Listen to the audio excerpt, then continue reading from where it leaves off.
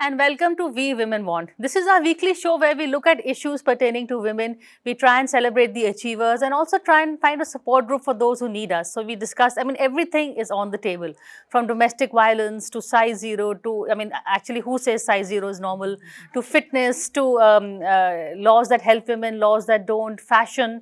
We also have, problems in the workplace. You just name it and we've discussed it. We've discussed issues regarding health, breast cancer. We've had support groups come in, so it is becoming a go-to place for everyone, whether you're a woman or a man.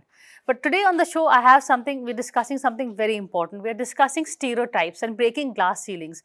There are certain norms and certain labels and certain optics that are associated with women. With men also, we're not denying that. But somehow it's the women who get to be labeled more. Women are the nurturers, you're the homemakers. If you go to work, then you're ambitious. Then, are you paying enough time to your family? What happens to your biological clock? When should you, have a kid? Why aren't you married already? Why don't you have a kid already? All these questions are something that the women are get to be asked and not the men. Then if a marriage breaks up, everybody tends to look at the woman. Is it the women's fault? We even have examples in the celebrity marriages.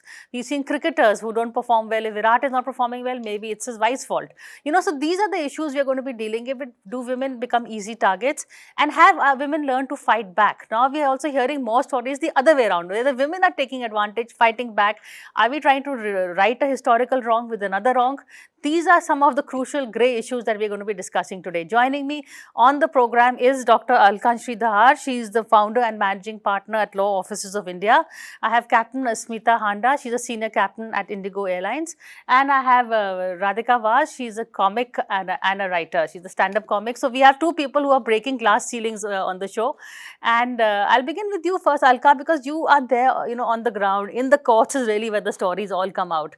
So are you seeing some sort of a change? Are women no longer the ones who are, targeted against? Have they begun fighting back? What is the situation on ground? See, I started my law firm around 20 years back. And see, the laws were always there. Like the Constitution of India, Article 14, it directs that everybody has to be treated equally before law.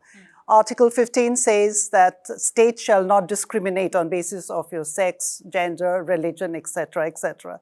16 also says that work opportunities should be equal to all citizens of India.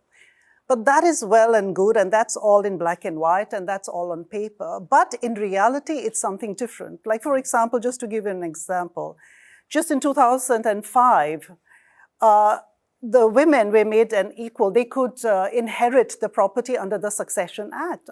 This is in 2005. We are in 2025, just 20 years back. And on paper, it's all equal. But in reality, what is there in practicality is very different from what happens. I have seen now, like, for example, also if you go according to what the court cases are, how they're happening. Now, the women are getting back, and there has been, I think, a lot of unnecessary backlash. Initially, of course, the acts were all there to protect the women, and the courts and the judges all used to invariably take the side of the women because they used to think that that's the weaker gender, the weaker sex, but not anymore. In fact, there was recently a High Court judgment in which the court was of the opinion that if you have equal qualifications, why would you want to take maintenance from your husband? And rightly so, because if we say we are equal, and I do think we don't have to beat our chest about it, we are equal. See, you can't be more equal or less equal. You are equal or you're not equal. So if we say under article we are equal, then why, if you have the same qualifications, same experience, why would I, as a wife, want maintenance from my husband? It goes contradictory to what I'm expecting from law and from the society. So, you can't have the cake and eat it too. So you have to decide you are equal or not equal. And on paper, like I said, but now, of course, even if you go according to the UNDP, India is now on 108. It's the 108th country out of 193. Of course, Norway, Sweden, etc., Finland, Iceland, they're on the top. But our representation in parliament, in the workforce, is not what it should be. But then again, to understand that, we have to go back many, many generations, you see. Like, why are a woman and a man being cast in a certain stereotype? There has to be a reason, right? Everything has to have a reason behind it. And it's not just true with the physical weakness. It started perhaps with that because the man was able to go out and hunt because there were no gas stoves, so he had to go out and hunt. Now, but a gorilla, like if a man says he's superior to a female just because he's physically more stronger, that may not be correct because a gorilla is also stronger than a woman, and you can't say a gorilla is superior, right? Some of them should be CEOs though. But no offense to the gorilla or for that matter, a man too. But you see, the stereotypes were made in a certain way and the roles then got stereotyped. I mean, who are we to say that a woman who stays at home is a homemaker? She's less of a person than a man. I mean, if you ask me for an opinion about who is superior, I would invariably say it's a woman. She's the creator. She's the one who makes the world go round. She's the creator. She gives birth to a man, woman, whatever. Okay. So, I mean, if it was left to me, I would say that. But like I said, there are nobody who's more equal. We are equal or we are not equal. And of course, we are I think that's equal. what we are asking is equality and equity. We're not asking for, somebody else's share. But Asmita and Radhika, both, I'll begin with Asmita. Your story, for instance, in your world, why did you want to become a pilot? And how do people react when they see Captain Handa is actually Asmita? Honestly, it was just a thrill and a challenge first, as I started with. But later I realized that in air is where I belong. I don't feel myself fitting into any other role except being a pilot. And I would say, I never decided that it was girls' profession or a men's profession. When I started, it was only by my will when I started with it. When you started, at that time, were a lot of girls... no, because girls usually are air hostesses. So that's the other thing. Can girls go to the cockpit? So that's the other... I am an 80s born kid. So yes, that time not many people used to plan aviation as a career. Starting with the family itself, the family would say, a woman in aviation would mean different flying hours, very tough flying conditions, and you will never settle down with a family. So yeah, that was first challenge in the house. Second came when the people decided that it's going to be more tough, it's going to be more intensive, it's going to be more challenging, and it's very technical. So you can't go up there and fly the plane because it's a machine. People just say there are so many buttons to it. I have no idea. When a passenger walks in, another case, passenger walks in, peeks into the cockpit. Oh, there is a lady in the cockpit. And they start with their chanting. Yeah, they do. They're still surprised. I'm still surprised to see their reaction when they come in and they're surprised and they're having some nervous chuckles sometimes. So yeah, that's one. And then in aviation as such, I've never faced it because surprisingly, the women ratio in air are quite a good number in India itself. So I'm very happy with that ratio in India. But abroad, yes, the developed countries are still catching up in air for us. That's true. Oh, wow. So one step we are ahead. One step we are there. In aviation, I've never faced any biasness. My reaction to seeing a woman captaining a plane or being a co-pilot even is just, I'm so excited, like such admiration because my dad was a pilot and, I grew up with seeing no women in the Air Force. And so now when I see women pilots, I'm like, oh, this is so freaking cool. And there's actually a statistic that says that women drivers, especially mothers, single mothers in particular, are amongst the safest drivers. So to me, I just transpose that onto the pilots and I'm like, oh, it's a female, she'll get us there in one piece. Any chanting that I had been doing, I stop immediately. So I don't understand these other people. I'm going to come to you for your story, but just one quick question. But you have got married, you have a kid also. Yes, so how did your husband react? And he was very supportive throughout the career of mine.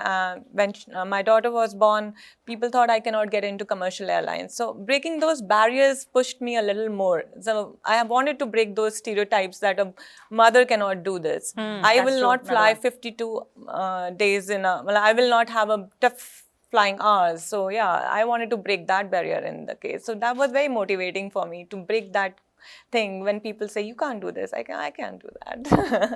How cool is that? That's the woman we celebrate in today's show. And Radhika, stand-up comic. Come on, now that's a profession. I mean, I'm beginning to feel embarrassed about being here, by the way, because you have this lawyer and the pilot, and I'm like, stand-up comedy, like whatever. No way. No way. But you are the one who's intelligent people are the ones I would hold that most humorous. I can't own that stage. I can't. Humor and intelligence go together. That skill. Thank you. Your skill is commendable. See, this is the support group This I'm is talking support we about. See, need. this is Yeah, how I it came out works. with my low self-esteem and I'm going to walk out feeling good. Go Super. on. But tell us why stand-up comic? What does it take? And it is a man's world at the end of the day, because also the kind of comments you face from people, is it heckling? Does it get sexist?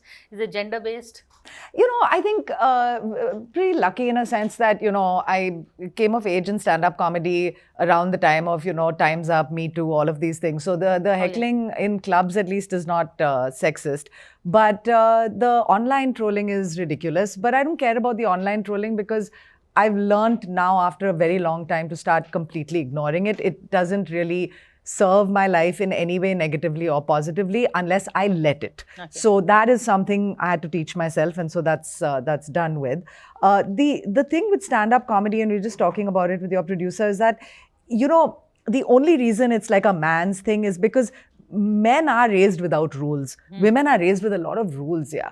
The good girl gets rewarded and be quiet, be a nice, be a good girl. Like there are a lot of good girl rules. And so one of the good girl rules is, don't attract too much attention to yourself, and certainly don't be clowning, and people shouldn't laugh at you. Like you're not going to find a man if you keep making people laugh, It's like, so there are these stupid things that are socialized into us.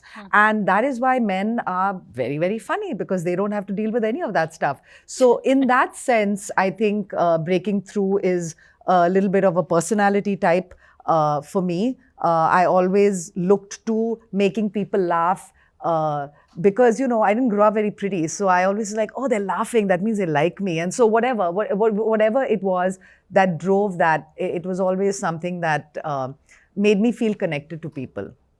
So for me, my interest in that field was more connecting to people. We also, I must tell our viewers, she's written an excellent book also, Unladylike, her memoirs, a memoir.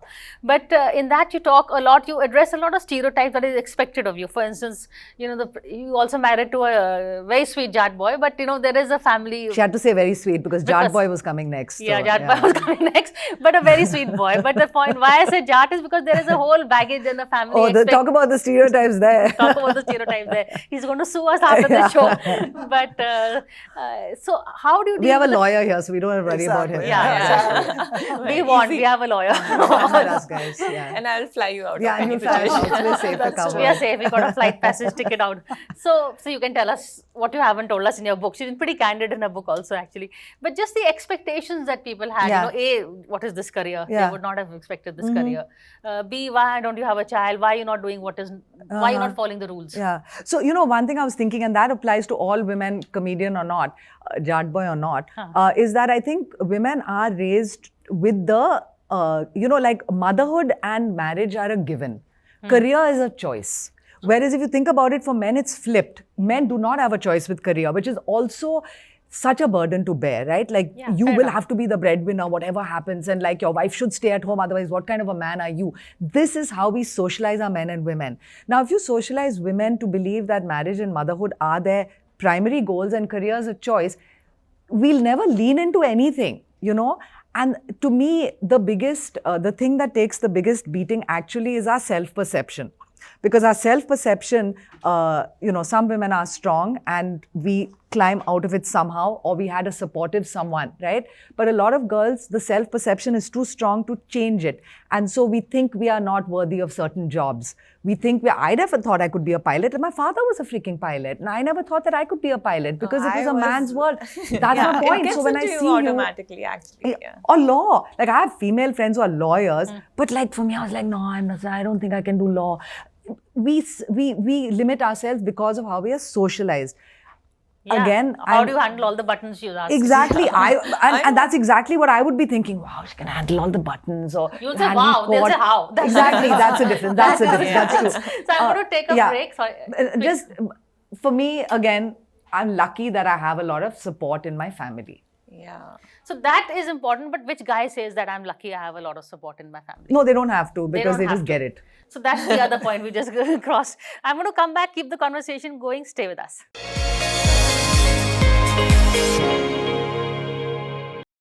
Hello and welcome back to We Women Want. We're here talking about breaking stereotypes, breaking glass ceilings, all in stilettos. I've seen that at least most of us are wearing very nice boots and heels. We'll do it in style.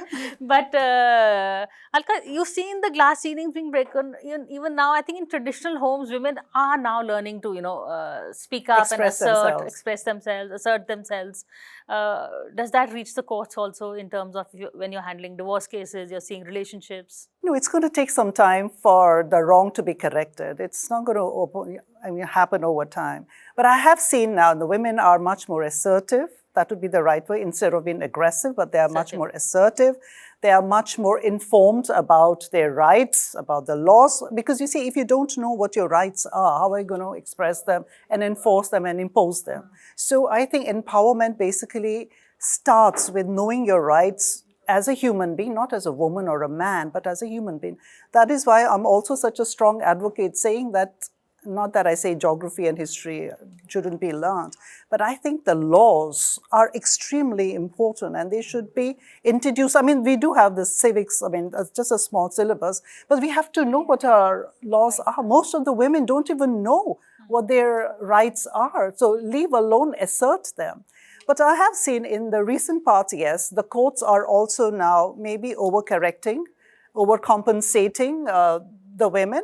But like I said, it has to balance itself and the correction is happening. Now the women, the courts are saying, if you're qualified, no maintenance for you, please go and work. And why not? I mean, they should be. Why not? Yes. Exactly. So it's happening now, but it's going to take some time for it to catch up. And we do have so many laws which are women-centric. We have the Anti-Dowry Act, so many. But main thing is the implementation. We are talking, if I think of cities like Bombay, Delhi, Chennai, the metro cities, it's a different world out here. But when you go to the rural areas, there the situation is very different. Yeah. Very patriarchal societies, they have no knowledge about what's happening. So that is why the men then take advantage. You know, I was just and the thinking of one society thing. takes advantage, not only the men. Yes. You know, the thing about being qualified is only one part of it, and I agree with you in general, but the thing about being a qualified woman is one thing. The thing of having work experience is another, because I think a lot of what happens to a lot of women is they are very well qualified, then they get married, and then they give up the They career become for homemakers. the kids For and the me, husband. financial Exactly. Now when you independence get is a very divorce, important. Exactly. I And like that- the no, financial but once again, independence again, part the gets courts you have more. the courts have recognized that. That's a very important point you brought up. The courts have recognized that because you see, I could be extremely, I could be a PhD and I don't work because I sit at home to raise my family. So that is why the courts now are saying that in cases such as insurance, etc., where they were trying to identify and calculate the quantum of the compensation. And they were saying, just because she's a homemaker doesn't mean that she has no value. The husband could go out and work in the society because she stayed at home and looked after him and the family and his life. So you see, the credit needs to be given to the homemaker. Just because I'm sitting at home doesn't mean I'm lesser than a man who goes out and works. Okay. I like the point you made also, financial independence. Yeah, that's one thing which really triggers us out now. We have started moving out because the financial independence gives us a lot of recognition in the market. Yeah, true. And that, the confidence comes out. The once you have finance as your backing, yes. So I think and things to have be changed. informed It's about it, how because to women invest are- your money. We need to be informed how to invest that money. Most of us earn well, but then they don't know how to invest that money. So that's not the point. So we have coming out of that loop of being put in the place where we were just managing the house. Now we are earning and investing. Yeah, that so is it's important. like don't bring the check home, but actually go and invest do it. what I you love want. investing myself. So have you? How do you invest? Have you I taken open up the classes or share you've, market. I work on my shares all the time. The stocks keeps me going. all the stereotypes are being busted here. I'm very happy to meet you. But in the workplace, how is it? Is there in terms of like you've talked about the working hours? People say, oh, you cannot. Being a woman, being a mother, maybe you won't. But are you penalized for that if you don't? No, I never thought that I need those because we were already in the field and I have the same qualification as a man has. So I would like to work the way he works. So that should keep that balance going. I won't ask for a different working hours, and we don't have any programs like that. But we do have some the new mothers who come into the profession, the mothers who just come back from their mat leaves. So they get a little easy work hours. But then for us, it's always normal. We don't, and I don't even want it. I don't want it. When you're treating me equal, I will treat you equal. I'll give you my hours. I reported 4 in the morning today. Wow. Yeah. So you just come back from a flight. Yeah. I'm just coming back from a flight. So for 4, I have to get up at 2:30 to start my day and to work out my flight. So yes, it's a long day for me. But then again, it's how And it the is. uniform, are you more comfortable in trousers? Or are you given a choice? Do you No, wear sarees uniform, as a pilot? Is there any choice? I think this is normal for me. I think But, I don't for even the wear women anything, pilots? like I don't even wear my rings on my flight because it doesn't require it to be there. So I am fine wearing what I am, but I I, would don't imagine it's, discriminate. easier Yes, to makeup is one Instead wear of thing a which sari, I've looked yeah. down on. So when I wear a lipstick with a makeup with my uniform, they might just think, what's with this girl? So yeah, that's where I think there's some partialness which has come in, but otherwise I don't think. But that may not be a gender thing. Like, for Yeah. example, even in the courts, we Yeah, don't. you have, So Yeah. we don't wear mini skirts. I mean, it would be kind of not right and appropriate. So, for example, if you're swimming, you'll wear a swimsuit. Yeah. You won't wear a swimsuit at home. So I don't think that's got much to do with the gender or the sex, but that's the attire which is appropriate for a certain profession. business. So I can't find Exactly. myself comfortable in the trousers while working. In case of an emergency, it's easier to work I it would around. say, yeah. Yeah. Yeah, so it's So there's not Okay, an issue, at least not in at terms all. of that. Not at all. But in your profession, again, you keeping late hours, or is there a hours thing, or is there? Yeah, is, 100%. All our shows are at night, Okay. late at night, and on the weekends when families get together instead of being separated. Friendship circles get together on the weekends. Yeah. So there's definitely that. Ask me, the social life is going on. Yeah, there's no. I mean, the it's work-life so, balance goes yeah, on yeah, sometimes. Yeah. Yes. Yeah. But it's, this is something that we see men doing. But women are also now entering professions Yeah. where they can, at the risk of their work-life balance, choose the work over the. Absolutely. True. But so then, in terms of not being traditional, how is that working out for you? You've chosen not to have a child. Is that become an issue? No, I think, I always used to say this to myself. I think the person who put the most judgment on that child thing was me. I was the one who was like so sort of like divided on what I should do. And it was because I wanted everyone's approval. I wanted everyone to be like, oh, you don't want a child, amazing. But like, no, it's like, who cares what people think? So I think once I got over the fact that, I'm not going to get everyone's approval and it's okay, I live. Then I was a little more easy on the whole thing. And I don't really look for approval or disapproval on that particular choice that I've made, It's a very personal choice that I've made, and I don't think it's for anyone to approve or disapprove of, so I don't look for it anymore. That's one way. And are there any no-go areas, being a woman, in terms of topics that you would make a joke about? Or I don't think there are. Those are Imposed. sort of imposed. Yeah. in terms of I definitely have a few that we were discussing earlier, but that's really personal. It's nothing to do with, I've not felt it from the audience, personally. However, when some of us have got together and talked, we've noticed that the audiences are sometimes more comfortable when a man says something. We may still go and say the same thing because we don't care, but sometimes the audience like, I don't know if she should be saying that, she's a girl. Yeah. They need to get over it. They need to get over it. That's true, because even, it's just, a girl is judged more for abusing or using 100%. language than a man. It's True. It's one of those things. Yeah. But for you in your workplace, because I think now law is something, I think now there's no issue. But have you ever felt that, a client would prefer a man, or is a junior man maybe, no, that doesn't work. No, but to be completely honest, when I started my career, when I was much younger, I could feel the vibe when I used to walk into the boardrooms. They used to get a bit, or maybe it was in my head, but I don't think so, because now I can see it. At this stage, I'm so much more mature and experienced, so now it's not an issue. But initially when I started, yes, I would think that they would have been much more comfortable had mature guy with gray hair walked in, they would have felt much more comfortable. And that does make a sense to a certain extent, is because the gray hair I understand. Because you see, it shows experience and you've been around for a long time. But of course, there used to be a difference, but not anymore. I don't feel it anymore. And we have so many female associates in our, I mean, they are just at par with men. They do work just as well, and perhaps, if I may say, much more better, because we all have this energy and the thing to prove ourselves. So, I mean, kudos to all of them. But Smita, in your profession, is there a different, say, retirement age for women as it is for men, or different? No, it's at all same. So it's good at least for in the us, pilot yes. level. I think in the air hostess. We as a community has come out very well, I guess. We worked out all the rights in our hands, and we know our rights. So we work till 65. Yeah. I think that's changed for flight attendants as well. Has it? Yeah, they did for the flight attendants, There but used that to be was some for weird a thing, reason, but probably, it gets onto your body after a while. Pressurization changes does not come easy on everybody. So I think they also have a voluntary retirement system in all the companies now. So they go away after working so many hours and flying so many pressurized departments. But it's the same for men and women. It's not same for men different. and women flying. They're basically a skill field. You don't have to.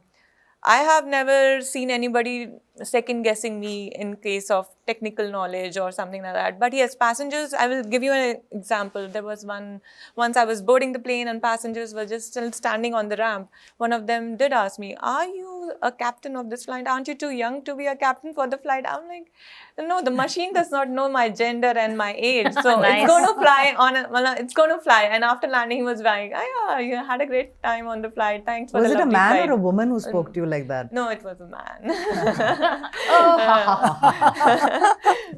On that very telling note and a very interesting incident, thank you all of you. I think this has been one of the conversations I've really enjoyed, and I hope you do too.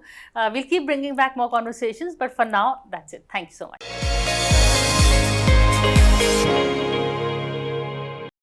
For more such videos, subscribe to the NewsX YouTube channel, hit the bell icon.